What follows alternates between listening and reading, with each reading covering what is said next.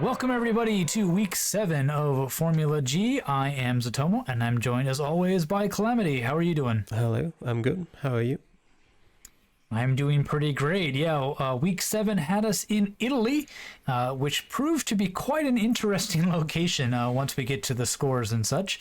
But yeah, Italy, not too bad, but not great either. So Yeah, yeah, not a fan personally. yeah. The locations made me a little bit of a fan, but I'm still not that big of a fan of Italy. So let's just jump right into those locations. We're already starting to talk about them, so let me just show them to you. Here they are. Yeah, 5 pretty northern locations. I don't think we were in the southern half of the country at all there. But yeah, location number 1, Calamity, near Venice. Yeah, it started us off in a very rural area with just a lot of towns, but no big ones. And I just walked around aimlessly for about 3 minutes, I think, before I then found a sign that pointed me towards the city of Vicenza.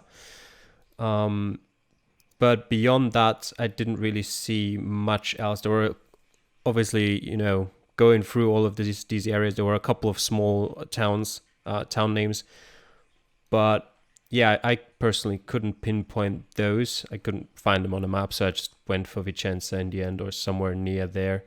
Now I'd be interested in if because being in a rural area here, there were lots of different roads that you could have taken, so comes down to luck a lot. And yeah, I'd be interested in where the other roads would have taken you and if those would have provided more information. Yeah, and in my playthrough, I didn't even see a sign for Venice. I saw a sign for Treviso, which is just north of Venice, which I knew. It's a sort of big Italian city, kind of. I don't know.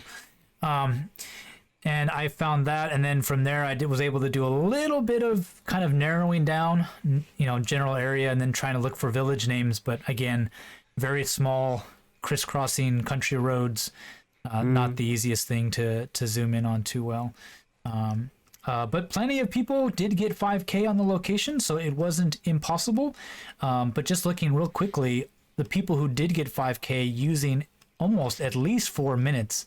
Yeah. So it was doable, but not easily. Yeah, So, I think it might have been very dependent on which ways you went and when you found your relevant information.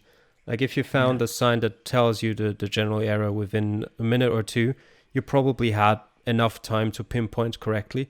Whereas if it took like 3 or 4 minutes, it was a lot more tight and probably didn't leave you with enough time.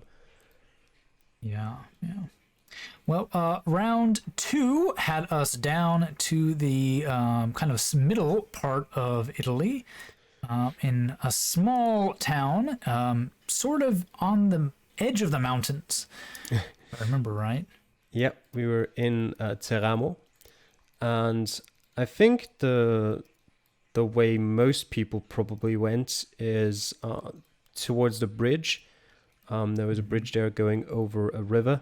And interestingly, what I didn't actually see in game, I think, right at the bridge, there's a sign telling you you're in Teramo. Yes. There were others as well. I'm pretty sure I found another one. But yeah, and then it was actually, for me, it was pretty hard to tell where exactly the bridge was in the city because it's kind of like in the middle of it, and I didn't really look there at first. But yeah, in the end, with 5 minutes, and Teramo wasn't too difficult to find on the map, most people got the perfect score there. Yeah, I didn't only see a sign for Teremo, but there's also a sign near the bridge for a national park. And I didn't know where Teremo was, but I was like, oh, national parks are big and they stand out on a map quite well. And so I actually found the national park, used that to find the town. And then, from there it was simple pinpointing of reading road names and just scanning the map for a few minutes. But yeah. So, and also the river being kind of north of you was also a good frame of reference for pinpointing. So it did take me the full time, but I did manage to get it.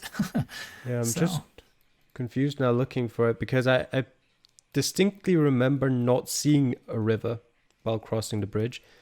You have to be sort of at a specific place, I think, and even now I still can't see the river. I can guess that it probably is here, but yeah, I can't really I, see it. I went, I went north, maybe not north, east a little bit.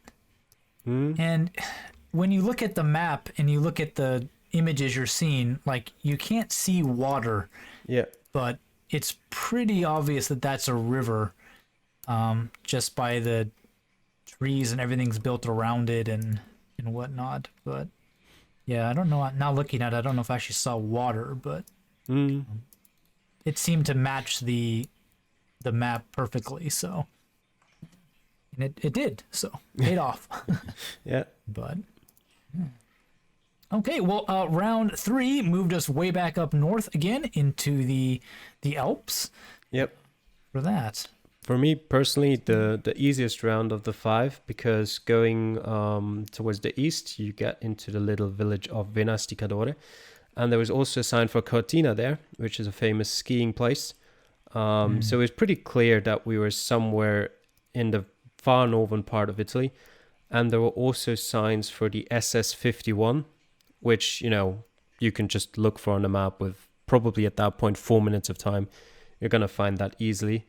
And so did most other people, except for I think it was 5, 6, 7 people maybe who didn't get a perfect score in that round. But everyone who did, or like most people who did, got the perfect score there within like 2 or 3 minutes at most.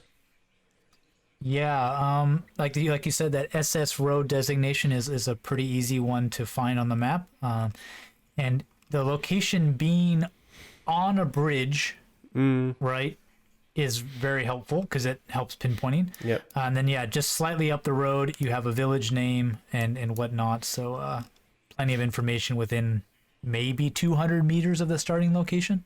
That might be a little bit. I can't really tell on the map, of course, but it felt really quick. I'll go look at it. I'll tell you if it's 200 meters or more. And just the general geography, though. See how good my map guessing is. But just the general aesthetic of the whole place is alpine mountains, so they gave you a good starting place to look for. Yeah, there, it's about a kilometer, so you might need some work on those skills. Okay. I did notice that like if you're actually using Google Maps, there is a scale, but I think when you play Geoguessr, Yep. there is no scale on the Correct. map. So, unfortunately, Yeah, that would help out a lot in pinpointing, but it mean, would. It would yeah. be very nice to have that. I was looking at Google Maps for personal usage, and I was like, hey, there's a little scale at the bottom. Has that always been there? Yep. I guess I'm so used to Geoguessr where it doesn't have it that I wasn't even thinking about it side of it. But yeah. Okay. Well, round 4 had us on the west coast, north of Grosseto.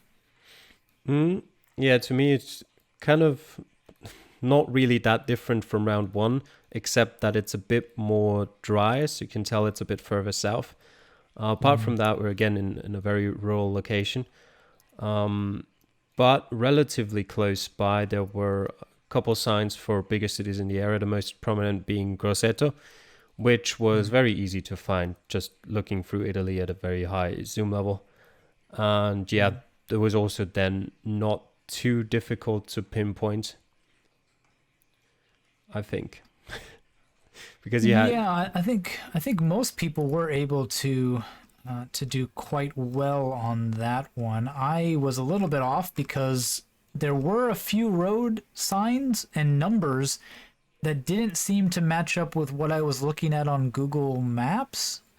So, like, I knew the general like area we were in, but I couldn't pinpoint the road.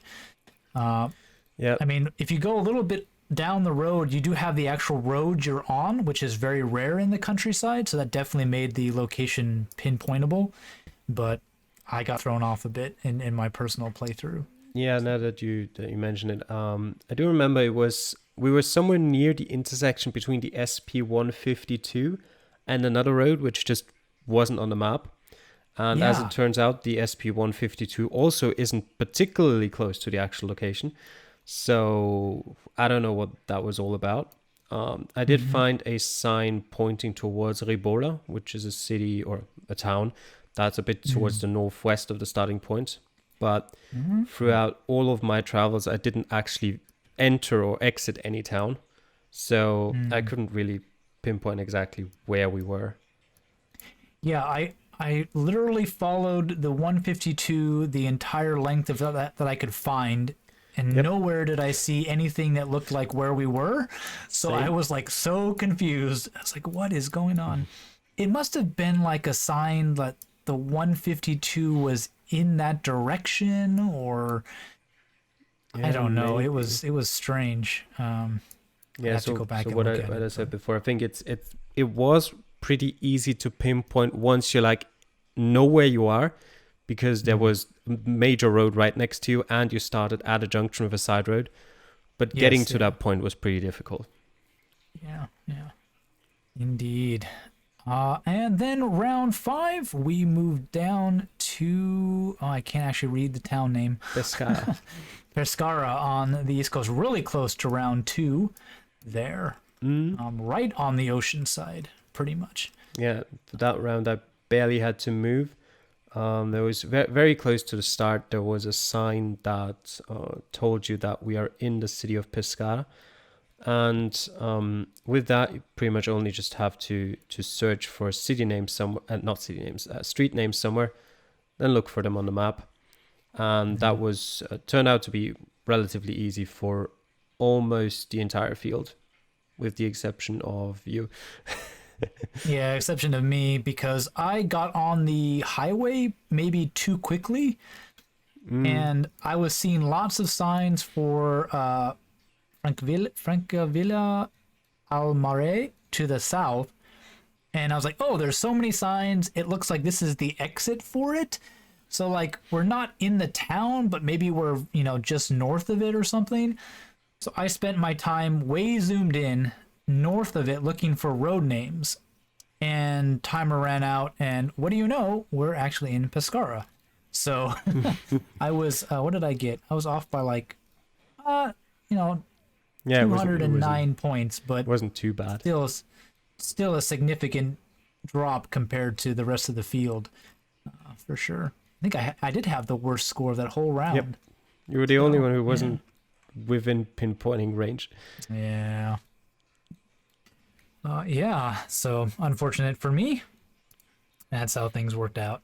But overall, as Italy goes, not too bad, as we did mention at the very beginning of the show here. But it would have been a little bit nicer if some things had looked like the map, maybe. But, would have been nicer if really, it wasn't Italy. Yeah, that too, maybe. But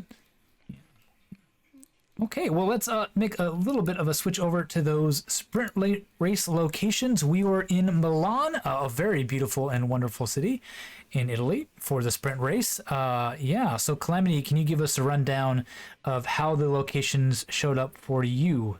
I hated them. I just hate big cities in general. Milan didn't help, and in round 1 already sort of added to my misfortune that we started off on the outskirts of the city in the southeast, and I walked east to the next big road. And what did I find on that big road? There was a sign pointing to San Siro to the south, pretty much the only thing I know of Milan. So I looked at the map, and I tried to compare street names, looked for the street names that I found in-game on the map, and none of them were there. So in the end, I just had to give up and put it somewhere to the north of San Siro. And if you don't see it on the map, it's right there on the map on the northwest of Milan. Don't know what that sign was all about. I guess it's kind of the same thing with all ways lead to Rome, or however that saying goes. I guess if you go that way, eventually you might end up near the San Siro. Yeah, there is that kind of roundabout. like major road that goes like just encircles Milan, so maybe that was what was going on or something. But Yeah, but even then, going south, you wouldn't get to that road either. So I don't know. oh yeah, it did play a trick on me too, so don't worry about it. Yeah.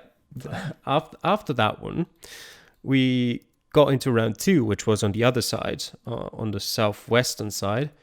And for that one, I walked east and then north.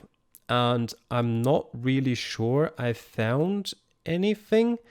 I did find, I think, something that I found quite confusing about Milan as a city is that there were lots of signs, just regular signs, pointing towards cities or villages outside of Milan. And I mean, like pretty far outside of Milan. I think I found a sign there for Pavia, which is like, I don't know, 50 kilometers south of Milan. And just a regular sign as well. Like normally you'd expect maybe like a road number or saying, the highway so-and-so leads to this. But nope, just sign pointing to that. Based on these signs, I thought we might be somewhere in the south. But yeah, it didn't really end up too close. So I entered round 3 of Milan with a current total score of 4. And Oh no. thankfully, round 3 and 4, I'll just do them as a combo. They were both pretty close to each other at sort of landmarks, I would assume. Number 3 definitely at the... is it called the Dome in English? Probably a cathedral, a big cathedral. Yeah, the Duomo. Yeah. It's called Dome in German, and probably Duomo as I can read here in Italian. I just didn't really know if it's probably means English dome. as well. I don't know. I've never seen it translated. Yeah. So that was relatively easy to find, and even if, like me, you don't have any clue about famous places and didn't recognize it, there were plenty of street names around, and you can clearly tell that you were in the middle of the city. The same goes for round 4, where we were on the Piazza della Scala, which had a sign that told you that you were there right next to the starting location. That also made it pretty easy, and you also had some sort of not guidelines, but it told you directions to other famous places and the distance towards them, so you could probably figure that location out without moving as well. And then for round 5, we were in, close to a, I think it's is it a subway station? Is it a train station? I don't really know. Yeah, what was it? It was a train station as well as a metro. It is a subway station. Okay. Yeah. In the district of Porta Garibaldi. In this case, 100% just my fault that I just couldn't find that on the map. Don't know why, don't know how, but yeah, I didn't find anything that I found while going through there.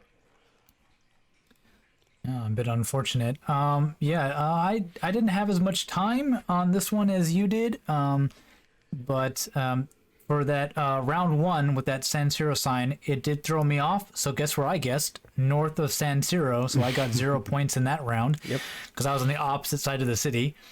Round 2 for me was actually the same location as your round 2. So that was nice. Yeah, just a little bit off, but just in that general area south of San Siro. Yeah, the 2 downtown ones were nice. The first round in the piazza, I could not find the square. I knew we were in there, and for some reason, my little brain just could not find the actual location. So I was across the old town, so I got pretty decent points, but just not actually, that. But definitely the easiest rounds by far were the one right next to the Duomo, which was definitely pinpointable within maybe even 30 seconds. Depending on how fast your map skills were. If you know it, you can probably do that in 15 seconds even. I didn't know the building, and I got it in 52 seconds. Yeah. And then the one next to the subway station was pretty easy to find, even on a high zoom level. Given the names, if you could find them. That is. I think unfortunately for you. I think I was just zoomed in too far. Yeah, that might have been it. I did manage to get one perfect score, so I was happy with myself for that. I got 2. I wasn't happy. Not bad. Not bad. But yeah, as overall, I think it was another good sprint race seed. The seed in and of itself, I just hate the city. So, well, yeah, I was going to ask you, like, these locations, except for the 2 kind of downtown, were pretty well spread out across the city and very representative of kind of the nature of Milan itself. So, and even not with too much to those complain about. 2 locations in the middle of the city, I think it was still decently spaced out enough that they were like different enough. It would have been a bit too much if there was like a third one near there, but those 2 were completely fine. Yeah. Very good. Well, let us take a look at how the competitors did in these 2 maps, starting with the feature race. A very good showing from Octane Racing here. Steal This Nick and Deep Thought taking 1 and 3rd. Simi really showing up on this one, getting 2nd place Oberhausen with a perfect score, just losing out to Steal This Nick by only 2 meters there. So very competitive between those 2. But it was only them who got perfect scores. So very nice indeed. Other than that, Scanstorm doing very well as well. Tall Impala and Orpheus taking 4th and 5th back-to-back for them. Bearfish Bear, Jack, Shumi, Max, and Giovanni rounding out the top 10, those point locations. Just missing out on those points, Mr. Blue, U, Calamity, and Closed. And towards the bottom, Sir Lemons, I know he's been really busy with some IRL stuff, so was unable to play this week, unfortunately. M the Wickholm and M the Baseman towards the bottom there as well. So anything from you here, Calamity? Steal This Nick doing well on his home country.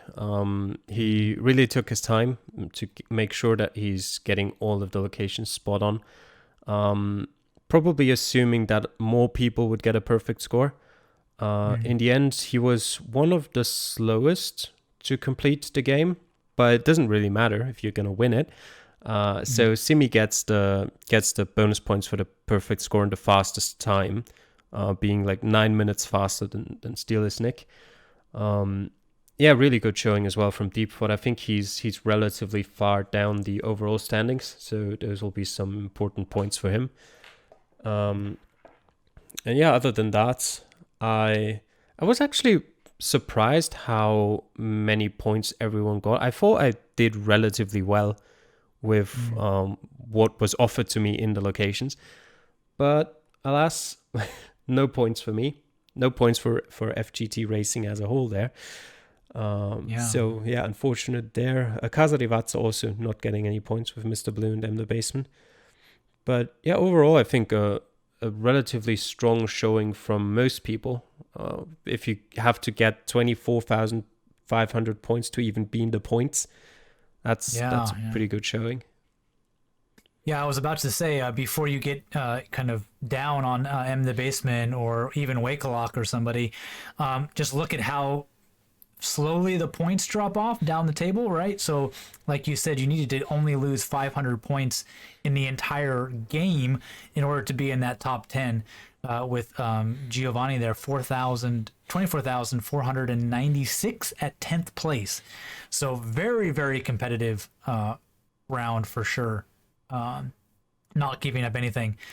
Yeah, I felt like I could maybe have gotten another 1,000 points, just me being a little bit, stupid on some pinpointing and whatnot. But then after I saw the scores, I was like, well, even another 1,000 points isn't going to do me much. So just a very rough week overall indeed for everybody there. Probably the interesting thing for me here was Closed finally had a bad week, so to speak, 13th in the table, but then Simi shows up. So Oberhausen equally relieved that their drivers are staying right in the hunt for everything here for them. So they almost switch places. Usually Simi is the one down around 10th, 11th, and Cole and Close is in top 5, but a little bit of a flip-flop there this week. But yeah, and then over to the sprint race with a podium for Mr. Blue. So he did get some points despite his rather lower showing in the feature race, Shumi and Simi. So a double podium for Simi there.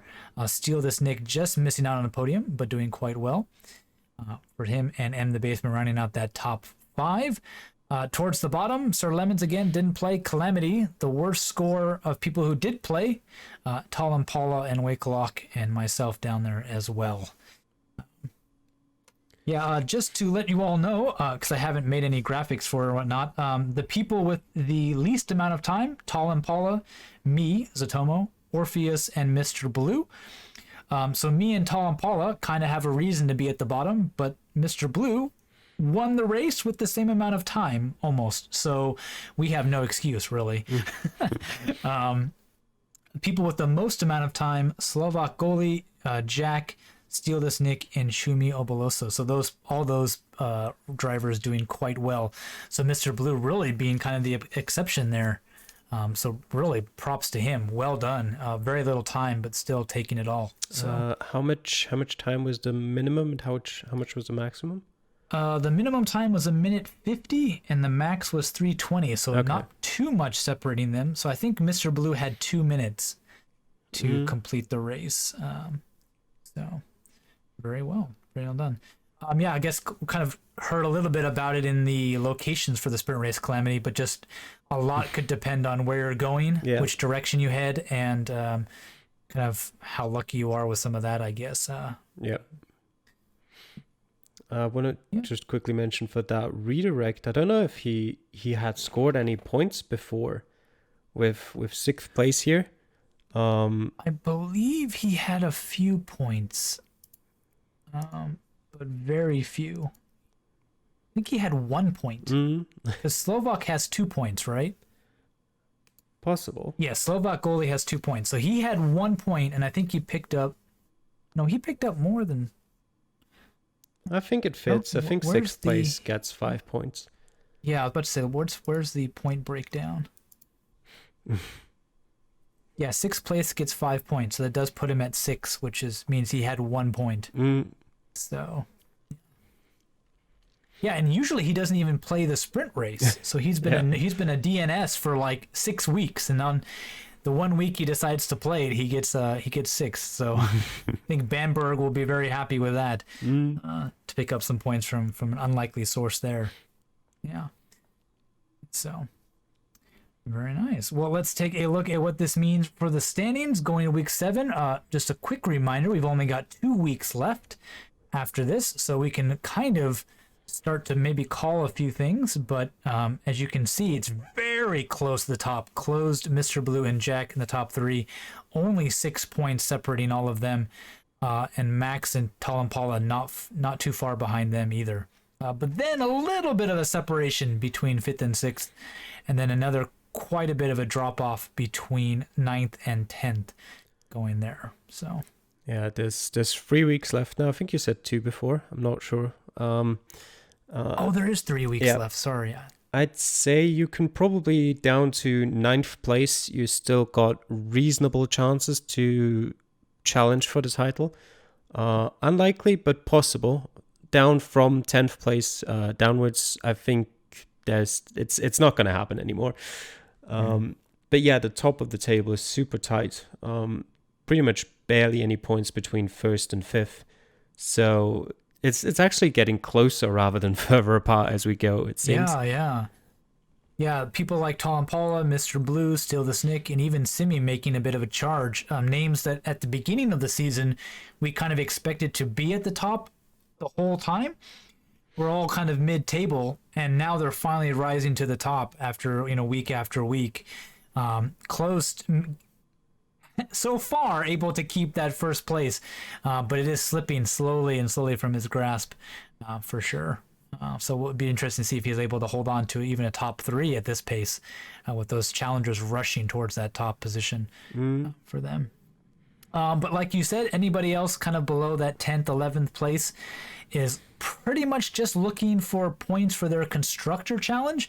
So in terms of the individual drivers championship, they're probably out of the race for that, but they can definitely still help their team out by doing well. So there's still lots to play for, even if you're out of that championship race, so to speak. So yeah. Yeah, so I don't really want to talk too much about the top because there is 3 weeks left and lots to play for. But those kind of mid to bottom table players, any comments for them? Like Calamity, how do you think you might be able to finish up here in the next couple weeks? I hope better than what I've been doing recently. I looked at it. I've picked up 12 points in the last 4 races. Compared to the, let me just quickly think, 55 I've picked up in the first 3. So that's been pretty terrible. I've also had struggled because we had some countries I'm just not good at, like Italy or the UK. I can't even remember the ones before that. Brazil as well, I think it did. Yeah, Brazil was pretty rough. Yeah, terrible. I don't even remember. I think it did reasonably well in the feature race, but also just not good enough to be in the top, point scorers. And so, yeah, I definitely hope I'll grab some more points. I have hopes for Russia. Singapore is going to be interesting. It's going to be like you lose 100 points and you're out of the... Well, no, it's such a small map. You lose points very quickly, so it might balance out a bit. But we'll get to that when we get to the map for next week. Yeah, but, I still think though that for Singapore, you're almost going to have to get a perfect score to get points.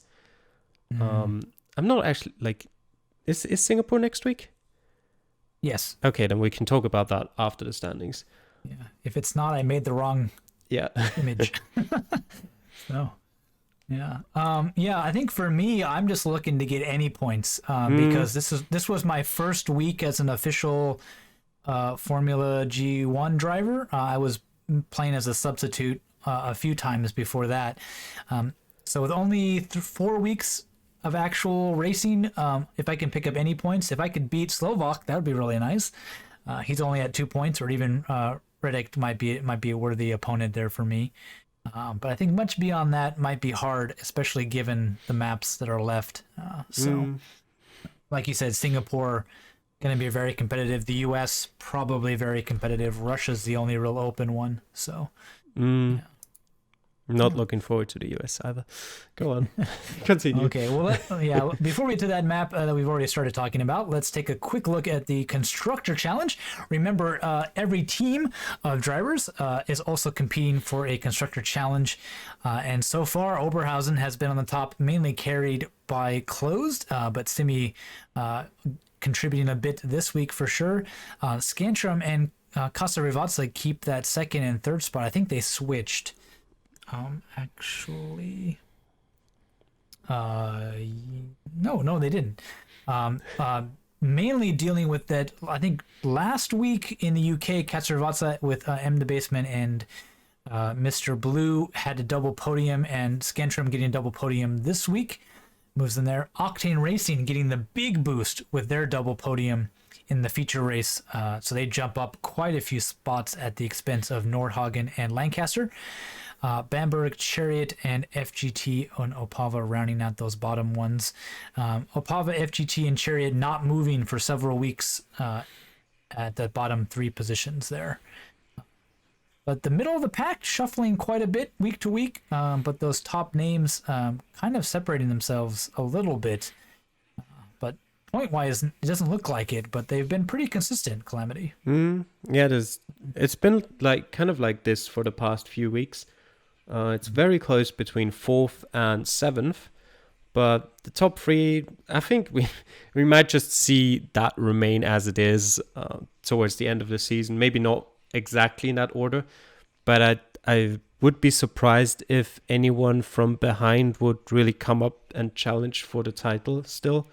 I can see Scanstrom or Kasarivazza maybe mounting a title challenge if they perform really well and Oberhausen drop off and have a week where neither Simi nor Closed perform, which is unlikely, but may happen. And yeah, down there at the bottom, it's there's not going to be much movement if there aren't many points given out. And Opava kind of had a really rough start, and especially Shumi Obloso has picked up more points recently, but they were just so far behind that it's taken them a while to catch up. And FGT Racing, we've mostly been just grabbing a couple points here and there, but really just no results in the top 5, so not picking up any big points. And I have to admit, I've forgotten who's driving for Chariot. I think you're one of them. Me now, yeah. But Barry Fishy Bear, oh yeah, right, has pretty much. I think Manislaw might have. I don't think he got anything. Let me recheck. I don't think know if he's ever. I think it's all been Barry Fish Bear, whether it's been the sprint race or the feature race. For those, I think Barry Fishy Bear had a really good start to the season, and then in the last couple of weeks has dropped off a bit as well, and hasn't got quite as many points as he did before. Yeah, he's been really like on or off. Like he took first in Canada, but then sprint races have been kind of blah, and then he's always around that. If he does show up, he's around that like 5th, 4th place, so not in the big points. But then a couple races, he just kind of jumps the top, either in the sprint race or the feature race, as I said, and grabs a few points. But that's all him. I'll be looking to try my best to earn a few points for him there, but we'll see what I'm able to do. But yeah, as you said, I think at this point, Oberhausen just needs one driver to do well, and they'll be able to keep a top podium place. But anybody else needs both drivers to show up. Like Katsurivatsa, Skentrum, Octane, Nordhag, they need everybody to show up to move, which is going to be really hard to do. If I had to put any money on it, I think Katsurivatsa has the best chance. Mr. Blue and M the Baseman are sort of coming into form a little bit. Mr. Blue was not doing too well to start, and he's definitely making up for it now. You say that after they've both picked up 0 points in the feature race of Italy. Yeah, but I mean Mr. Blue won the sprint race, and M the Baseman was 5th in the sprint race. So even if they don't show up in the feature race, they do well in the sprint race. So they're getting points somewhere every week. So that's from them. But yeah, I definitely think that Orpheus is definitely proven to be quite a teammate for Talampala. We didn't really know much about him going into the season, but I think Talampala is pretty happy with him driving alongside him. So for sure, he's shown some very consistently solid results, I would say. Yeah. Very nice. Okay, well then let's finally take a look at that map in its right self. We will be in Singapore for week 8.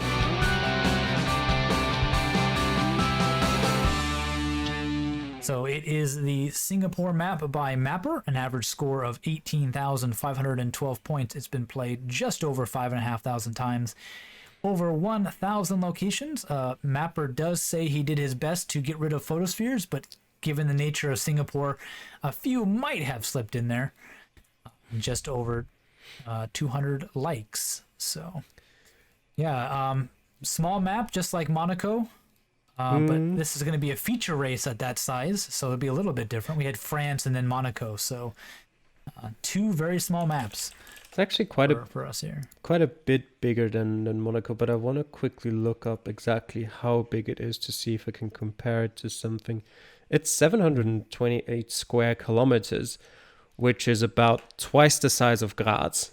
That's the best comparison I can make right now. It really depends a lot on the locations we get. If there are 5 locations that are somewhat near the center, then I really expect you to need to get 25,000 points for a top 10 finish.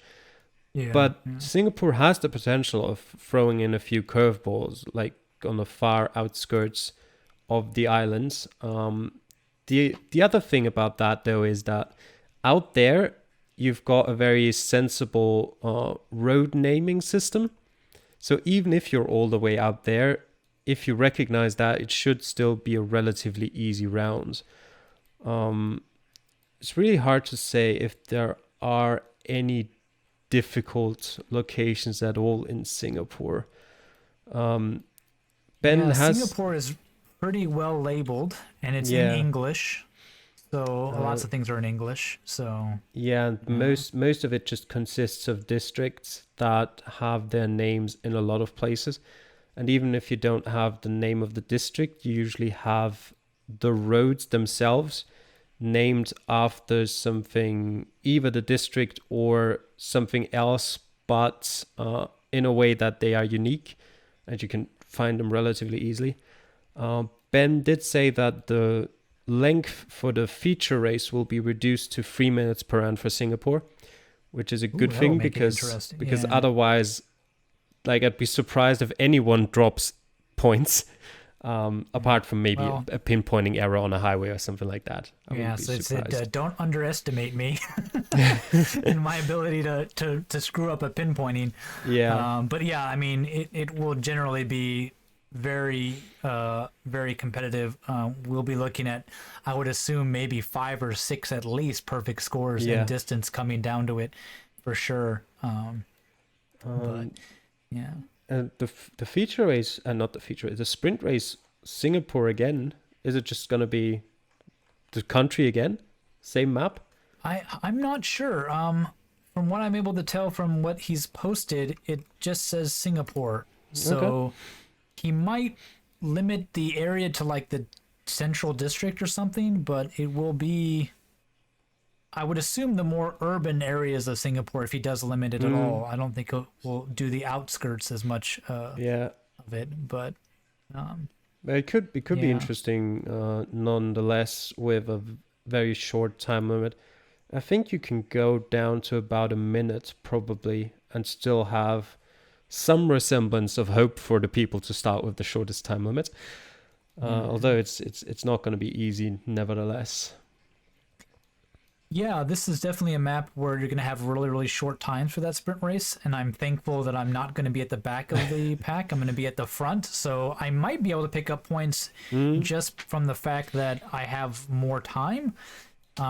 And sometimes if you're down to like 30 seconds, you might barely have enough time to skim around and search the map. So this was the map. This is one of the final maps Yep. for Reddit League, wasn't it? Yep. This was Yeah. map number 1 of the final. Yeah. So. And they both did pretty well on that. So Yeah, Raidman had a perfect score in, I think, just over 6 minutes, and Simi dropped points on a highway location that he couldn't quite pinpoint. yeah. So definitely Simi should be somebody to look out for because he's got some very good competitive practice on this map. So we'll see how he does next week for that. All right. Well, that'll wrap it up for us, folks. I hope you enjoyed our little coverage of Week 7 of Formula G in Italy. And yeah, we'll see you all next week in Singapore. Take care. Bye.